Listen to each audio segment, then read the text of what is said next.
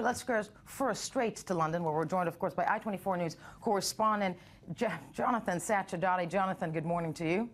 Good morning. I'm flustered here because, boy, that was fast. I mean, everybody was expecting a two-month runoff, and here we have it. How did this happen?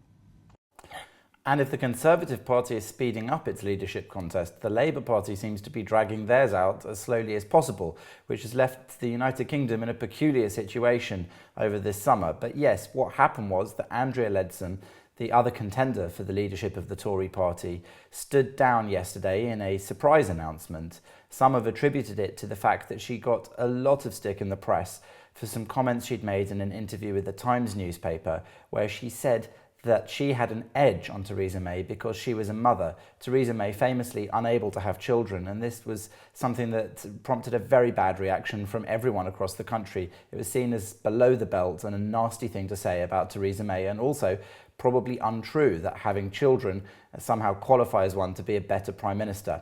She spent some time backpedaling on that, saying that she had been misquoted, but a recording came out and it seemed fairly clear that that is indeed what Andrea Leadsom had said. Upon stepping down, she said that she believed that this was better for the stability of the country and that Leadsom was something of a unity candidate who had more of the confidence of members of Parliament within the Tory party, and that therefore she should stand aside and allow her to move on quickly as Prime Minister and give the country the stability it needs. I mean, I have to say, the British politics are becoming the gift that keeps on giving to the international media. That said, Jonathan, now Theresa May gets into place on Wednesday. Another question on that front, though, wasn't it, of course, David Cameron, the man who famously said and resigned right after the June 23rd referendum, that he would stay in place until everything is smoothed over around October. That's also, put aside at this point. And in addition to that, do people think Theresa May, who's committed herself to following through on the Brexit, is the right person to negotiate that with the EU?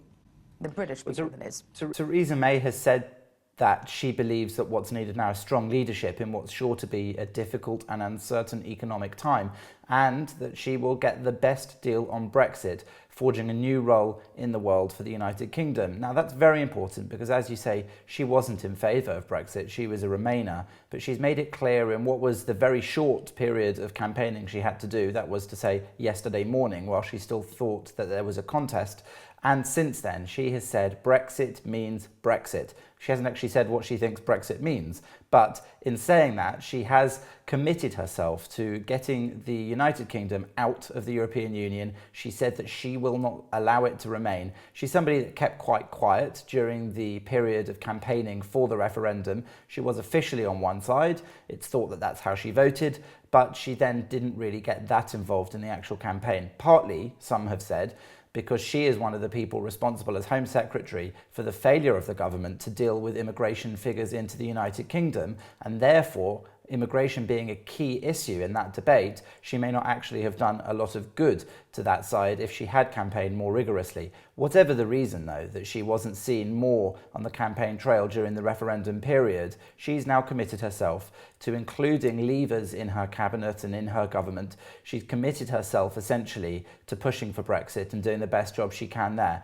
But some people have said it's rather odd that the country has voted in such numbers for a Leaver and ended up with a Remainer as the Prime Minister with such a little democratic mandate. When it comes to Corbyn, when it comes to what's going on the other side, so to speak, that seems to be, well, first of all, you tell us, where does Corbyn stand right now after all the mutinies against him? Jeremy Corbyn's hanging on, despite the fact that so many of his own parliamentary party members have expressed no confidence in him.